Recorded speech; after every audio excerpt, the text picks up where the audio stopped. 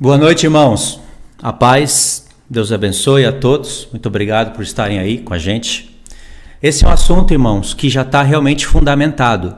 E assunto que já está fundamentado, o máximo que a gente pode fazer é revisão. Quando a gente faz revisão, a gente consegue ajustar erros, a gente consegue resumir o assunto, falar com mais propriedade, a gente consegue acrescentar coisas, mas não mudar, alterar de maneira drástica uma interpretação. Isso não pode acontecer, a não ser que realmente esteja tudo errado. E realmente a linha amilenista, que é muito aceita pela linha calvinista, ela consegue fazer um estrago muito grande no povo de Deus. Então a gente quer revisar o assunto, mostrar que fragmentos da linha amilenista ela está sendo, está entrando de alguma maneira na cabeça dos outros e está confundindo as pessoas. O assunto da primeira ressurreição e da segunda está muito bem explicado. O problema, o perigo de você entender sobre esse assunto de maneira isolada e começar a inventar coisas é você olhar para textos de Jesus de maneira isolada. Não entender o porquê que ele tem que falar daquela maneira naquele tempo. O Senhor Jesus não pode chegar e despejar um apocalipse na mente dos apóstolos, uma vez que eles não sabiam nem quem era o Cordeiro Pascual, nem que Jesus haveria de morrer e ressuscitar. Jesus fala para os seus próprios apóstolos: vocês têm um coração tão duro ainda que vocês não entendem? Jesus repreende os seus apóstolos de várias maneiras. Teve um ponto ali em que Jesus se transfigurou no meio deles, e ali eles viram Elias e todo aquele contexto que está em Mateus 17, em Lucas 9, e em Marcos também tem esse episódio. Aí, após eles verem ali a conversa de Jesus com Elias e Moisés, um capítulo depois, ou até mesmo no mesmo capítulo, depende do evangelho que você está lendo, você vai ver que os apóstolos queriam orar para destruir os homens. João, ele falou: quer que a gente ore para que desça fogo do céu? Olha só o tanto de coisas confusas que tinha na cabeça deles. Eles não tinham fé para isso, e nem que se tivesse não era para fazer isso. Jesus fala: vocês não sabem de que espírito vocês são. Então veja bem que Jesus não pode falar com muita profundidade as coisas para eles. Tem que respeitar esse momento. Depois nós teríamos os evangelhos sendo escritos, as cartas sendo escritas, o ato dos apóstolos fazendo aquela ponte para que a palavra de Deus chegasse nas igrejas, o trabalho de fundação das igrejas, até chegar o Apocalipse. Ali o Apocalipse a gente ia trabalhar com o assunto. O texto de Apocalipse 20, do 4 ao 6, é um gabarito. E também é um texto que serve de gambito e gabarito. É um texto claro. O Apocalipse é um livro que ele acrescenta coisas que não foram faladas explicitamente em Daniel. Por exemplo, quando você vai ler os 4 animais no livro de Daniel, é um exemplo para explicar a ressurreição. Você vai ver o leão, o urso, o leopardo e a besta com todas as suas características. E no tempo da besta, dos 10 chifres, é o tempo do fim. Não profetiza o 5º reino, nem na estátua, nem nos 4 animais. O anjo não fala, e aí será um 5º reino ou será um 6º reino. Isso a gente não tem, não adianta inventar coisa ali. Por isso que muitos acham que nós estamos na era de Roma ainda. Porque tem Babilônia, Pérsia, Grécia e o 4º animal seria Roma. Falta só acontecer ali os impérios, os 10 reis que vão vir supostamente de Roma, que a cultura nossa é romana. Tem pessoas que acreditam assim, irmãos. Infelizmente é uma mente travada, limitada, que não olha para Apocalipse como deveria, entendeu? O Império Romano, lá no livro de Apocalipse, capítulo 13, principalmente no capítulo 17, vai ser o 6º reino. Vai abrir interpretações no livro de Daniel. De maneira que quando você olhar para Daniel, agora você vai ver o 4º animal como sendo o 6º. Deus vai estar contando uma história através do 4º animal. Os 10 chifres, na verdade a cabeça do 4º animal vai ser a cabeça do 7º. A 7ª cabeça, vai ser um 7º reino. E aí a gente entende que Deus em Apocalipse está contando o Egito e a Síria antes, e depois começa a contar a Babilônia, Pérsia, Grécia e Roma. Roma está sendo o 6º. E por isso que há necessidade do anjo falar para João: João, a besta que você viu, aquela de Apocalipse 13, que foi mostrada para você, que tem 7 cabeças e 10 chifres, semelhante a leopardo com pés de urso e boca de leão, fazendo referência para Daniel, era e não é. Não é o fim agora, no tempo do 4º império. Ela vai aparecer no futuro. Ou seja, sem o Apocalipse, não tem como a gente entender isso em Daniel. Não tem, não adianta, você pode ser... Nem o apóstolo Paulo era capaz de entender isso. Porque Deus iria pegar a cabeça de todos os animais. O leão tem uma cabeça. O urso tem uma. O leopardo tem 4. Dá 6. E o quarto animal, uma cabeça. 7. Pronto, 7 cabeças. 10 chifres. Só tem 10 chifres no quarto animal. 7 cabeças e 10 chifres. Semelhante ao leopardo com pés de urso e boca de leão. Só Deus poderia fazer isso e acrescentar os impérios. Então, o que acontece? Nós estamos tendo acréscimos no livro de Apocalipse, tanto de tempo como de detalhes. É a mesma coisa, você lê Daniel 12 de maneira isolada, você não vê ali um intervalo de 1000 anos entre a ressurreição dos justos e dos injustos. Mas em Apocalipse 20 é claro, irmãos, texto de gambito e gabarito. Não tem que inventar uma nova moda, não precisa disso. E essa nova moda, ela é confusa. Sabe por quê? Porque ela tem fragmentos da linha calvinista, amilenista. E nos calvinistas, que tendem a ser amilenistas, eles não creem no milênio. Por isso que eles interpretam que a primeira ressurreição não é agora quando Cristo vier. Eles interpretam que a primeira ressurreição acontece espiritualmente, agora. Tipo, quando Paulo escreve lá em Efésios 2, nós ressuscitamos com Cristo. Ele escreve, não escreve? Nós ressuscitamos.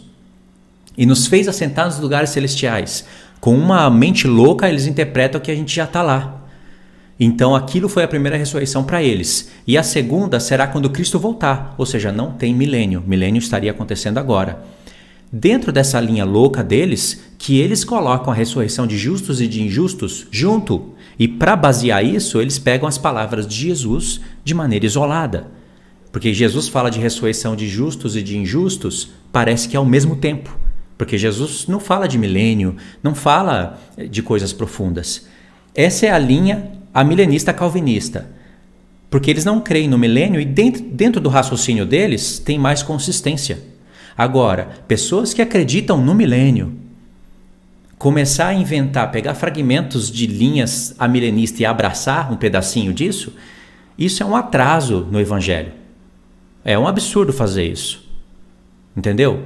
Então, olha só, Jesus ele fala de ressurreição de justos e de injustos e pela leitura que a gente está vendo nas palavras dele, parece que é tudo junto.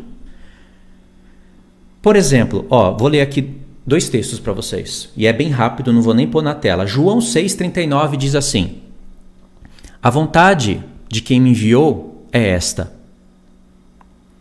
que nenhum eu perca de todos os que me deu. Pelo contrário, que eu ressuscite no último dia. Não é justo? Ressuscitando no último dia? Esse último dia não é considerado para a gente, lá o toque da 7ª trombeta? Ok. Jesus repete isso algumas vezes mais aqui, mas quando chega em João 12, olha que interessante. Vamos comparar um texto com outro e vamos tirar uma conclusão rápida. João 12, verso 48. Quem me rejeita e não recebe as minhas palavras, tem quem o julgue. A própria palavra que tenho proferido, essa a julgará no último dia. Soma uma coisa com a outra. O último dia, Jesus quer que nenhum se perca. E esse último dia, a gente sabe que é o toque da última trombeta. Mas aqui ele está falando que os que ouviram a palavra dele e não aceita, a própria palavra que eles ouviram vai julgar eles. Quando? No último dia. Ou seja, injustos vão ressuscitar também. Ou seja, eu comparei um texto com o outro, anulei o texto que Pedro falou de João 5, que faz referência direta com Daniel 12, joguei fora, não me interessa, e aí eu vou lá em Daniel 12 para falar, tá vendo? É tudo junto. Mas e o que eu faço com Apocalipse 20? Você está vendo? Que interpretação doida? Ou seja, o último dia dos eleitos que o Senhor Jesus não quer que se perca, não pode ser o último dia desses daqui que vão ser condenados.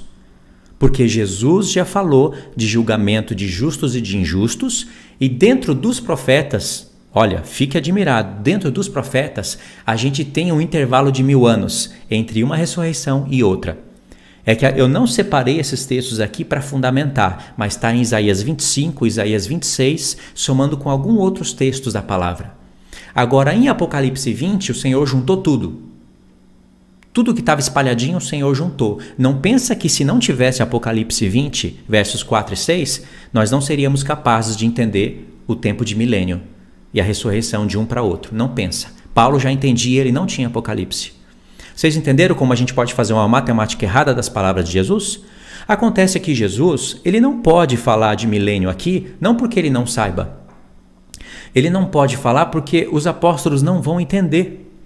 Ele tem que falar que justos e injustos vão ressuscitar, e os que fizeram bem para a vida eterna, os que fizeram mal para a vergonha eterna. Ele tem que falar isso porque ele tem que evangelizar e repreender e exortar. Só que ele não pode falar em relação a tempos, a julgamentos, porque os apóstolos não eram capazes, os apóstolos, isso, nesse tempo aqui, eles não eram capazes de compreender, nem sabia que Jesus era o Cordeiro Pascual.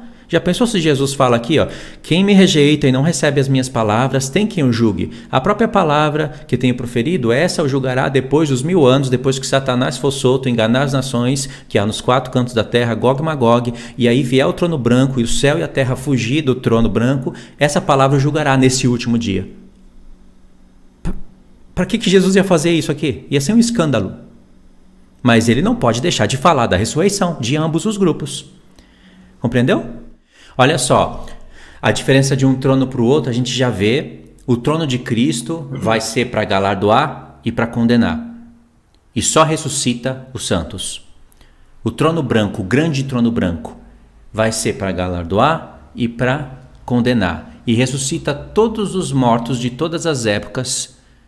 Os ninivitas, a rainha do sul, todos ressuscitam ali e cada um vai tomar uma direção, uns para julgar, outros para serem condenados. No trono de Cristo, o céu e a terra não fogem desse trono. No trono branco, que é o trono do Pai, o céu e a terra fogem. No trono de Cristo, as pessoas passarão por um trono para entrar num reino onde a morte existe. No trono do Pai, as pessoas passarão por esse trono para ir para uma eternidade onde a morte já não existe. Ou seja, o trono branco ele é mais glorioso e é algo superior ao do Filho. Tanto é que o Filho, ainda que o reino do Filho seja espetacular comparado aos 6.000 anos que nós vivemos, né? Ainda que o reino do Filho seja espetacular, maravilhoso, ainda vai existir morte, ainda vai existir pecado em uma intensidade bem pequena, mas vai existir. A justiça vai habitar, né? Mas o trono do Pai é incomparavelmente maior. Por isso que tem essa superioridade do Pai sobre o Filho. O Filho é Deus, é divino. Não preciso ser trinitariano para acreditar na divindade do Filho, mas você vê que o Pai está sendo maior em todos os aspectos. E quem entrega o reino para quem? Não é o Pai que entrega para o Filho. O Filho que entrega para o Pai. Então, essas são algumas poucas diferenças, né, entre os tronos, que são, na verdade, grandes diferenças. E o Filho não fica magoado com isso. O Filho, que é o Todo-Poderoso, que é Deus, não fica magoado com isso. Porque ele é divino como um pai. Ele é divino como pai. Ou seja, tem pessoas que não admitem isso, né? Mas Jesus, lá em Apocalipse 3, ele chama o Pai dele de meu Deus. Ele admite que o Pai é Deus sobre ele. O Pai não vai falar que o Filho é Deus sobre ele. Mas o Filho dá esse testemunho. São coisas, irmãos, que estão escritas literalmente na Bíblia e a gente deveria acreditar.